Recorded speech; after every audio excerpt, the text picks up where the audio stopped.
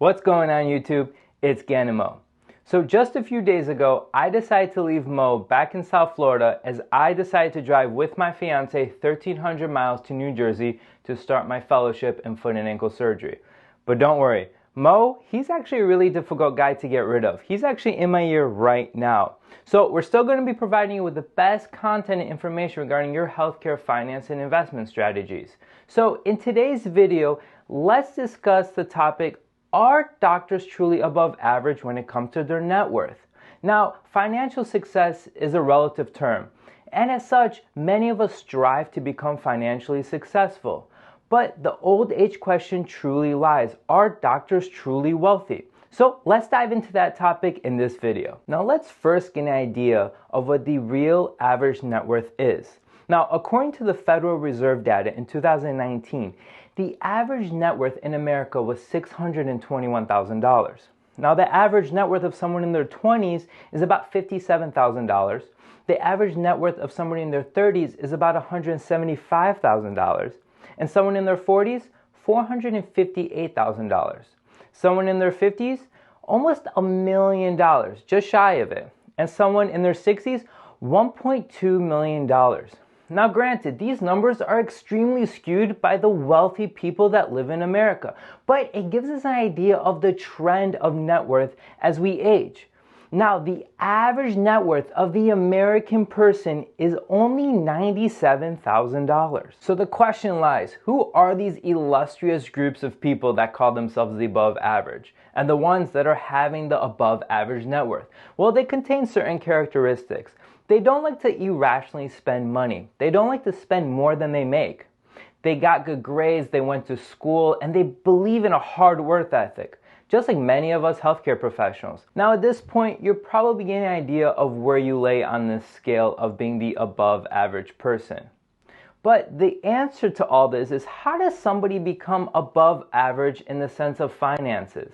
And how do you truly get ahead financially, especially as a healthcare professional? Now, we all hear about 401k investing. And investing in your 401k is a fundamental financial strategy that you should utilize. Now, in the 2020 tax year, you were able to contribute a maximum of $19,500 into your 401k pre-tax dollars.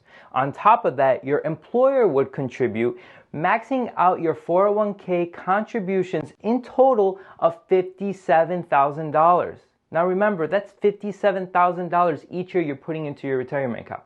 Now granted, not everybody can contribute $19,500 of pre-tax dollars each year into their 401k. But remember, we're talking about the above average in this situation. Now take a look at the 401k savings potential table constructed by Financial Samurai in his blog, and we'll leave a link in the description below.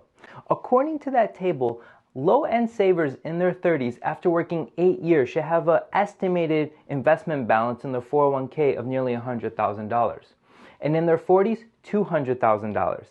And in their 50s, $500,000. That way, when they reach 65, they should have a minimum balance of $1 million. And that's where you hear everything in commercials, $1 million in retirement. Now granted, this is based on historical returns of about 7 to 9%. Now that we've covered pre-tax savings and wealth accumulation, let's jump into post-tax savings and wealth accumulation. Now, we've talked about these topics in great detail in our past videos concerning Roth IRA, traditional IRA, CDs, etc. But let's take a look at it in even more detail in this video. Now, let's take a look at another chart constructed by Financial Samurai looking at all these post-tax savings accounts. Now, as you can see, on the low end, by the age of 30, after working 8 years, one is estimated to have saved $50,000 of post-tax income.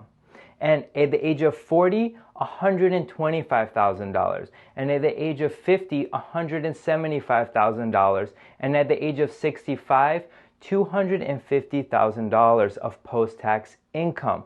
Now, this chart does not take into account inflation or investment returns, but gives you an idea of the above average person making $100,000 or more per year. Okay, so that's great. We've shown you a couple of charts and you always hear pre-tax and post-tax savings and you've heard it again. But what are these tools truly showing you? Well, in order to achieve financial success and independence and become the above average regarding your net worth, you have to take advantage of these tools sooner rather than later. Every year missed is a year you just can't get back in market returns. And these returns will be providing you with that income to live that glamorous lifestyle you envisioned in your future in retirement. You can go buy that Bentley, go shopping at Ball Harbor. South Floridians, you know where that is. I'm still waiting to do that. So another key takeaway that these charts are showing you is that anybody who wants to become financially above average, especially in the healthcare world where we're already starting behind, is they want to set a savings target rate of about 15 to 20% after maxing out their 401k contributions. Now we know that's difficult, especially in residency or early on in your training or early on in your healthcare career. That's huge, right? That's really difficult because you're trying to get your life together, buy your first house, you have a family, whatever the case is. But this is the way the game is played. So you really want to get the ball rolling sooner rather than later. Now another key factor to achieving the above average net worth is diversification, and of course, working harder.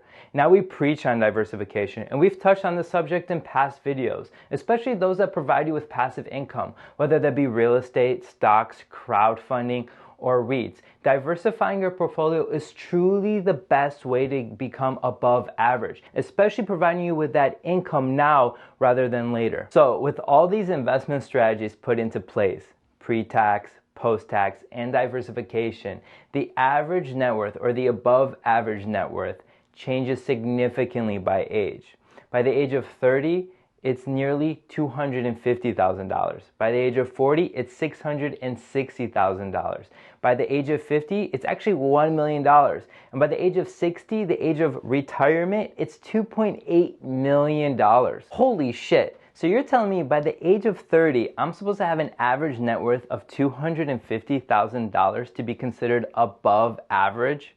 That's impossible, right? I mean, we don't start working at 22. At best, we start working in our late 20s or early 30s, at best. But after all this hard work, sacrifice, studying, years of school, are doctors truly considered below average when it comes to their finances? And for the majority, the answer is yes. Yes, we are. And for a very small population of people, they can actually get ahead financially. Whether they don't have student loan debt, they got help from their parents, or they were given full scholarships throughout their medical training. So let's face it, doctors and healthcare professionals are nearly 8 to 10 years behind colleagues, family, and friends that started working at 22 and taking advantage of all these investment strategies early on in their career. Now, we focus so much of our time on studying in medicine in our 20s that we actually become financially illiterate. So the minute we find ourselves making money, we all of a sudden don't know what to do with it. We have patience, we have work-life balance, lifestyle creeps, that balancing our finances becomes a very difficult task, and we just don't want to do that. We want to enjoy our lives, right? But at the age of 30, we start nearly $750,000 behind the curve because many of us have student loan debt averaging about $300,000 to $400,000.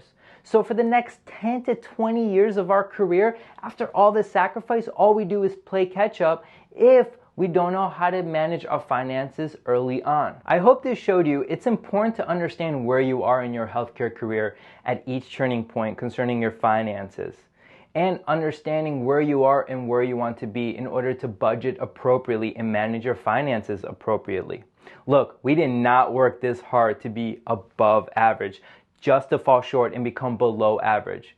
We understand that playing catch up is hard, but it's not impossible. And we work hard. We have hard work ethics as healthcare professionals. So invest right and invest early on. And you got this. The road to financial success is hard, but not impossible. Now, we hope this video provided you with some valuable content regarding your finances and that extra kick to just get ahead financially. And if so, don't forget to leave a comment down below, gingerly tap that like button, and we'll see you next time.